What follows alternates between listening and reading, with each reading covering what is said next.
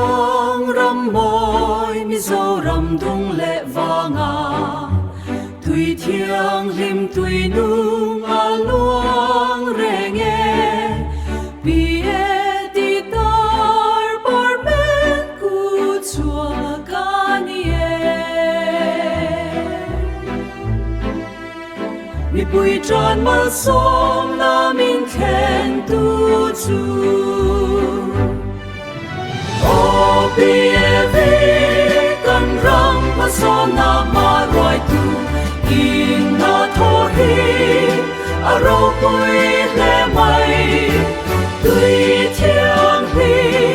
kan don thei na in tha nem mai na kan pha kan ni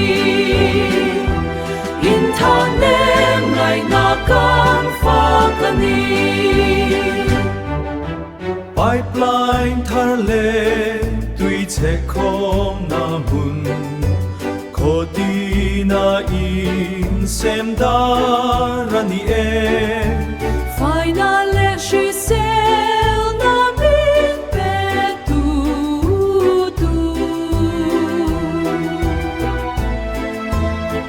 tùy nung nor tùy in ni sia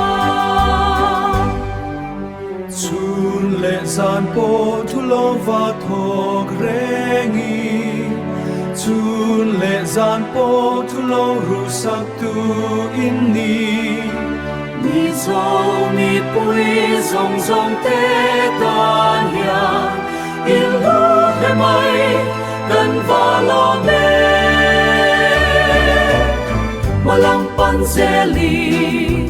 chang thar te ta ma so na thar min lan chua pui la